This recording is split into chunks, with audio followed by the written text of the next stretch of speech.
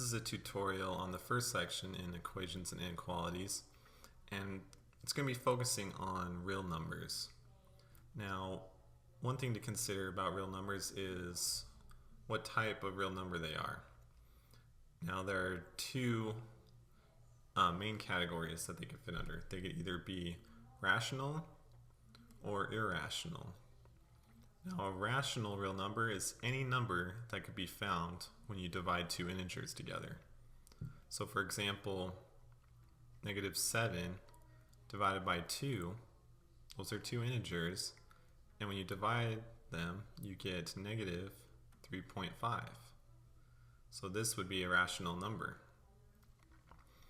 Now, we could go on forever dividing integers and seeing what we could have, but just a list of maybe various kinds of rational numbers could be 0 or 21.25.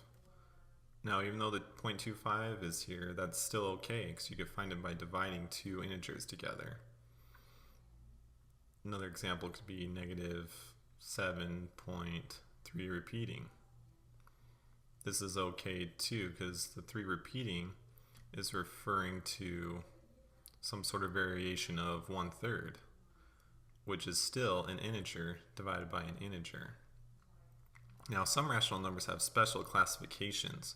For example, one special classification would be an integer.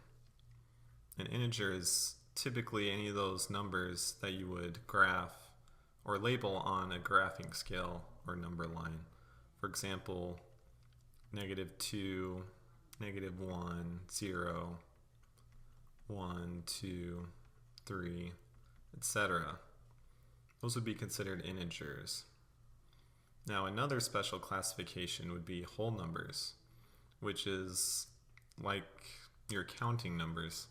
Say if you start at 0, because 0 is a whole number, and then just start counting up by ones, 1, 2, 3, 4, 5, etc. Those rational numbers would also be considered whole numbers. Now, as far as irrational numbers go, we have one that we use quite frequently in math, which is pi. Now, pi, the actual value for it is 3.1415 something something something. Essentially it's a decimal that just keeps going on forever. It doesn't have an end to it. Now, when you run into something like that, it's going to be an irrational number.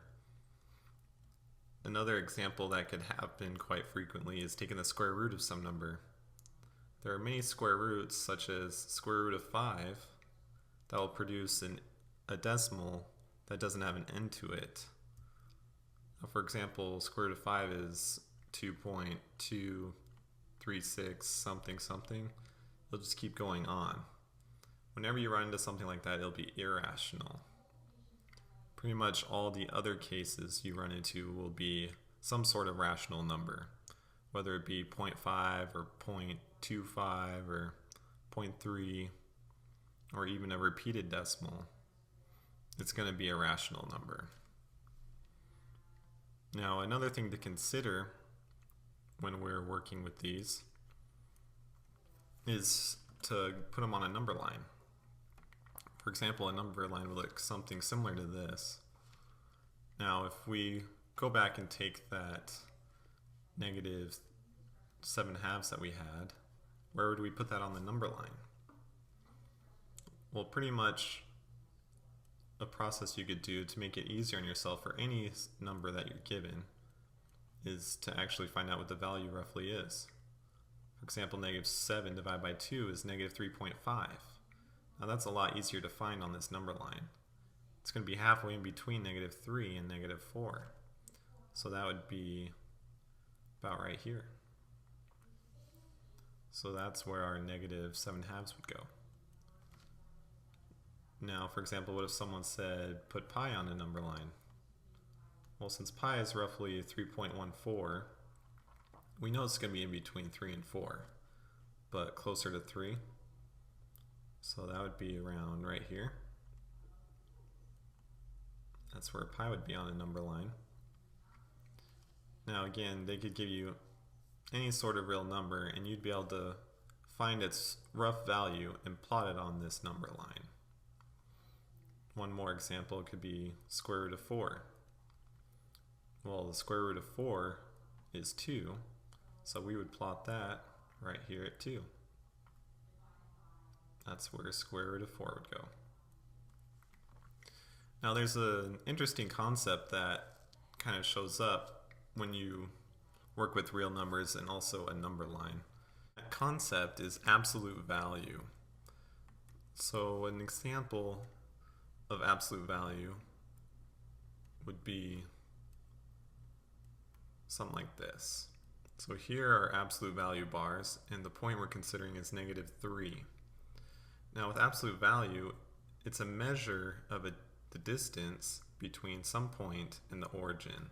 So for example, here is our origin at 0, and the point we're considering is -3. Now -3 would be 3 units away from 0.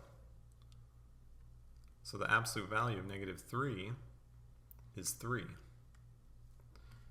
Now another example we could look at is the absolute value of 4.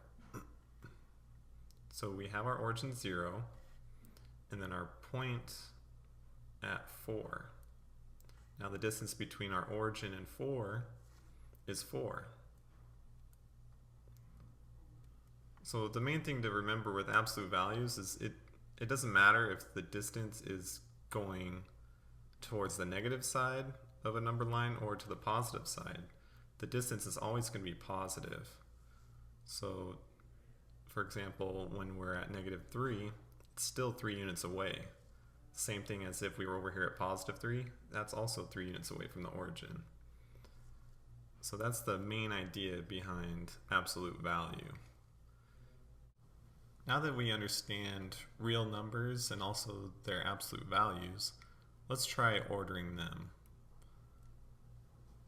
Now, with example 1, if we were to graph 3 on this number line, that would just be right here where 3 is.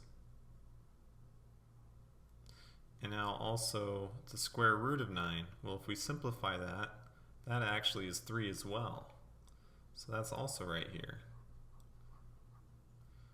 So if we were comparing 3 and the square root of 9, we would have to say that they are equal to each other, since they have the same value on the number line. Now what, for example, if we had these two numbers? So -3, we know on the number line that will be right here. Now what about the absolute value of -2? Well, remember with absolute value, it's the distance to that point from the origin. Well, the distance between 0 and -2 is 2 units. So the absolute value of -2 would be 2. Now, out of these 2 points, 2 is bigger on the number line because it is in the more positive side. So the absolute value of -2 is bigger than -3. Now, what about, for example 3? We have the square root of 4, which if we simplify that, that will be 2. So we could plot it right there at 2. And now what about 8/5? If we simplify that and divide it, we'll find that 8 divided by 5 is the same thing as 1.6, so about right here. So out of these 2 points, the square root of 4 is more positive. So the square root of 4 is bigger than 8/5.